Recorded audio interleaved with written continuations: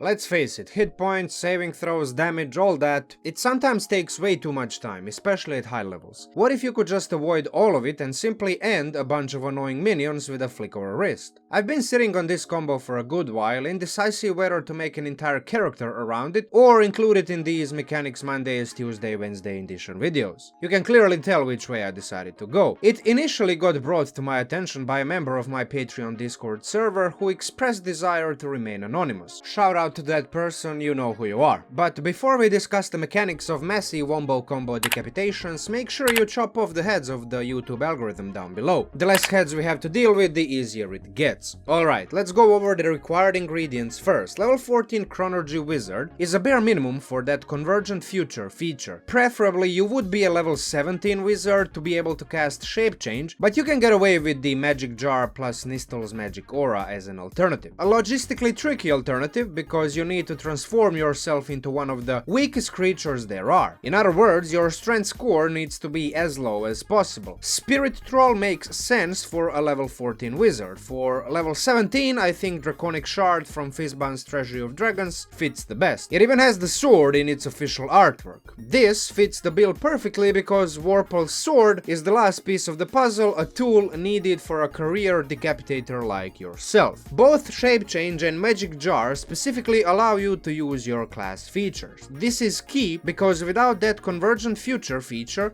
going through all the rest of the trouble is pointless. Okay, now that you've turned yourself into one of these physical weaklings, your strength modifier is -5. You are not proficient with the Warple sword, so you basically need to roll a natural 20 to hit any target with an AC of 15 or above. As it turns out, the overwhelming majority of enemies you encounter at such high levels have more than 15 armor class anyway. Of course, Convergent Future ensures that you do, in fact, get that critical hit when you need it. Warple's sword is there to turn that natural 20 from some crappy old boring damage into a flashy magic move that separates the enemy's head from the body in a spectacular fashion. And if you're worried about exhaustion, both Draconic Shard and Spirit Troll are immune to that nasty condition, so there's no downside at all. There's seemingly a lot to unpack here, obviously. The Warple sword limitations of creature size, slashing damage immunity and legendary actions are obvious. That's why I specifically said minions at the beginning of this video. You're not really killing a boss or big bad evil guy with this fancy setup. You're merely getting rid of some of its henchmen. Hopefully, right? On the flip side, this is almost a perfect tool for a sadistic DM to kill off a player or two. I'm truly sorry for all of you out there whose DMs watch my videos. Now, both Spirit Troll and Draconic Shard are incorporeal creatures with 1 strength. Immunity to grapple, they deal non-physical damage types, so all of this combined, you know, it isn't unreasonable to wonder whether they're even able to swing the Warple Beheader around. If you think the sword would just clip right through their claws, well, there isn't really a good way around this, really, but there are fun ways. The most hilarious and meme-worthy approach is to level up just a bit more to level 18 and turn yourself into a Demilich. There's something poetic about a deranged undead skull creature carrying a sword in its mouth and decapitating the mobs with it. In a similar fashion, Flame Skull can do the same similar thing for a level 14 Chronology Wizard using Magic Jar and Nistel's Magic Aura. Talking about those two spells, they bring forth their own issues. Nistel masks any non-humanoid and turns it into a humanoid, which is required to possess any of those creatures. Legendary resistances and high charisma saving throw bonus problems will give you headaches, no way around it. You're also met with a whole another issue of juggling around the containers and bodies and preserving your soul in the process. As one of the long-time viewers explained, you pretty much need to become a pseudo-Voldemort to accomplish this elegantly enough. By the way, this comment alone can be a whole another video on its own. Shout out to Blarg Minton, by the way. I see your comments, mate. I do see them. Besides all that, this kind of setup is clearly super hard to pull off as a player. You need a DM willing to put appropriate creature types somewhere in the world for your Magic Jar or Shape Change to work as you need them to. You need to get a Warple sword as well. If the DM is lenient and you do get all of these treats, tricks and toys, you're still running into the Warple sword's own limitations. The more I think and write and talk about all of this, the more it seems to me this video will result in dozens of mercilessly executed player characters out there. For a DM, just hand-waving all the aforementioned requirements and limitations and roadblocks is not even really an inconvenience. However, basically all player characters are vulnerable to Warple sword's natural 20s. I've recently played in a Halloween session as a wizard Blizzard, and the DM gave the buffed up homebrew version of Warple Sword, basically a Warple Sight, to the big baddie. It decapitated not just on natural 20 but also on a 19 as well. We all got our heads lopped off by the end of the session. It was hilarious because he rolled in the open and most of our deaths were to the fateful nat 20. He didn't even need the 19. I mean, I think there was maybe one 19 in there, I don't really even remember, but it doesn't really even matter at this point. All of that said, that's a topic for another video. The script for this video is available on my Patreon page under the Fireball tier. It's not mandatory, it's 100% optional, especially since I basically just read it out loud for you in this video, but if you do find the Patreon perks worth the trouble, worth your time and worth your money, chuck a few bucks my way and support me over there. Special shoutouts to all of my current patrons, thank you for your continued support. A couple of updates and new characters are coming out finally, so get ready and keep an eye out on those notifications. If you haven't yet, please decapitate those engagement buttons down below, thank you very much. With everything said and done, Minmax Munchkin out, and talk to you very soon.